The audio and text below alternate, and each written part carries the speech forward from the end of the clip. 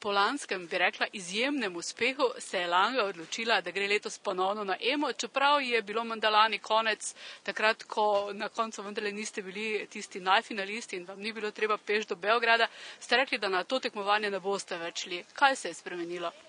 Ja, to je res. V bistvu sva se takrat z bratom odločila, da več res ne bova šla na Emo, kajti tisto je bilo trenutno res šok in razočaranje, ampak glede na to, da nas je povabil Matjaž Vlašič in v bistvu niso bile besede njegove, ki so nas prepričale, ampak ta skladba njegova, ki je pač napisana prav za nas, za skupino Langa in celotna skladba stoji na nas je tako prepričala, da smo z bratom sva rekla, greva, ne. Sem, da smo tudi ugotovili, ko smo slišali skladbo, smo trije sedeli, jaz, brat pa Matjaž in smo prav začutili, da ta pesem zahteva tudi ženski glas. Tako da smo tudi zraven povabili Manco Špik. Zakaj ravno Manco Špik? V bistvu tak je naneslo, ne vem, smo rekli, je pa tudi dobra fora, ker je fajn velika, midva pa z bratom mala. Pa že prav, tudi tako kot človek je zelo dobra in odprej se že poznamo z njo. Tako da vedno smo bili v dobrih odnosih, dobri prijatelji in taka dušica je, pa smo rekli, Manca se bo pa pasala tu med nami. Kje potekajo vaje, z ozirom, da je ona iz ljubljanskega konca, vi iz Prekmurja? V bistvu to imamo fajn porihtano. Imamo dvakrat v Kranju, dvakrat v Prekmurju, tako da si razdelimo vaje. Da tudi oni dol pridejo, da vidijo malo Prekmurje, mi pa seveda Kranj. Ste zaradi tega, ker se pripravljate na Emo, ste morali zaradi tega kaj zmanjšati število nastopov, glede na to, da Langa kar veliko nastopa? Ja, to je res, to moram povedati, da smo imeli tudi, zopet smo imeli ponudbo iz Belgije, da bi mogli iti celo za 10 dni in smo odpovedali, kaj ti ne gre. To so zdaj priprave, moraš biti spočit, tako da smo nekaj odpovedali. Kaj pričakujete od festivala? Zmago. No, jaz bom tako povedal, ne. Naj zmaga najboljši. Ste se tudi letos kaj zaobljubili, če zmagate?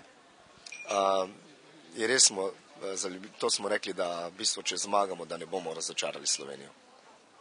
Nobenega pohoda, nobenega kakšnega takšnega, kot lansko leto recimo, takšne zaobljube? Ne, kajti Rusija, to je Moskva, je zelo daleč, z konji ne moremo, kar samo zdrži do Ljubljane, tako da vse, kar lahko, da ne bomo razočarali Slovenijo. Kaj pa sicer Langa počne?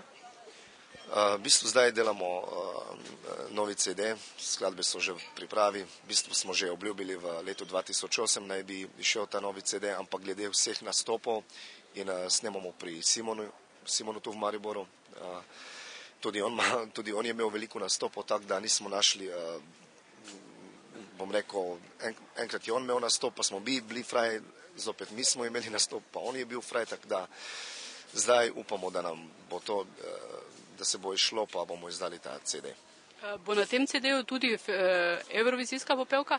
Ja, absolutno. Absolutno. Smo pa tudi, bom rekel, ohranili smo te naše tradicionalne inštrumente, kot je violina, kontrabas, harmonika, smo pa dali bolj moderen ritem, tako da bo to drugačno zvenelo. Sem pa slišala, da si prav z violino imel nekakšno nesrečo.